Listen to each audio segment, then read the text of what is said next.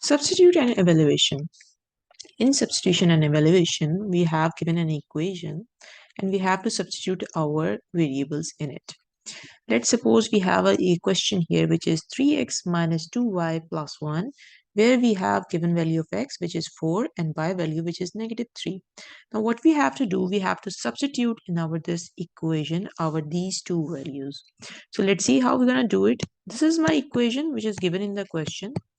Now instead of x, I'm placing positive 4 and instead of y, I'm placing negative 3.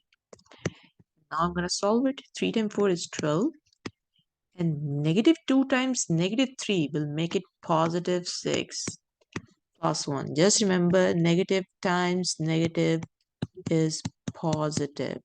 Positive times negative is negative. Negative times positive is negative, and positive time positive is positive. So these are 4 rules which we apply when we multiply or add or subtract something. So you should keep this thing in your mind. So 12 plus 6 will give me 18. 18 plus 1 is 19. So this is how I just evaluate my question. See how it's too much simple. Let's see another question. It says negative x minus 2y is given, whereas my x value is negative 2 and my y value is 3. Now pause this video and solve this question by your own self. I'm solving this for you. I have this equation, negative x minus 2y. So instead of x, I'm placing negative 2. So I'm substituting value of x here and value of y here. Now negative time negative, if you remember I told you negative time negative is positive.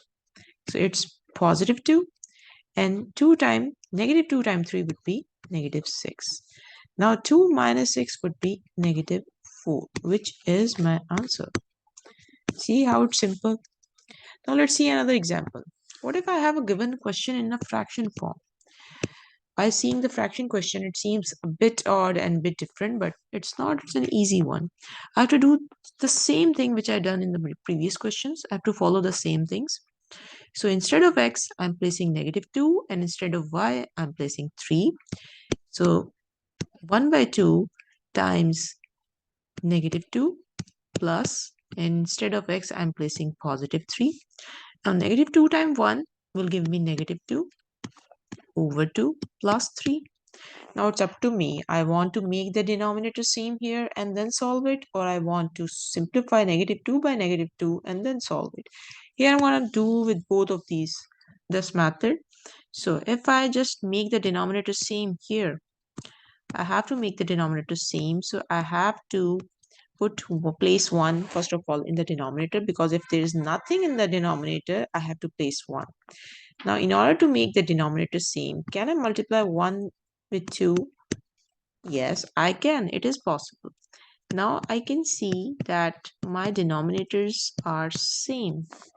So whatever you multiply with the denominator, you have to multiply it with the numerator of that fraction as well. It's the rule. So 3 times 2 gives me 6 and 2 times 1 is 2. Now my denominator is same. I can write it like this. Negative 2 plus 6 in the numerator and positive 2 in the denominator. You have to write it only once. You don't need to double it. Now negative 2 plus 6 is positive 4 divides 2. That will give me positive 2 as an answer. Now let's see if I didn't follow this denominator thing and I have to do it by my other method, how to solve it. If I solve this fraction first, negative 2 divided by 2, I know 2 divided by 2 is 1. So because it's negative 2 divided by 2, it's negative 1 plus 3. So what is negative 1 plus 3? It's positive 2. So see, I can get my answer same. So either you can do it by this method or that one, the answer will gonna be the same. So there would be no difference between it. So it depends how you want to do it. Keep subscribe my channel.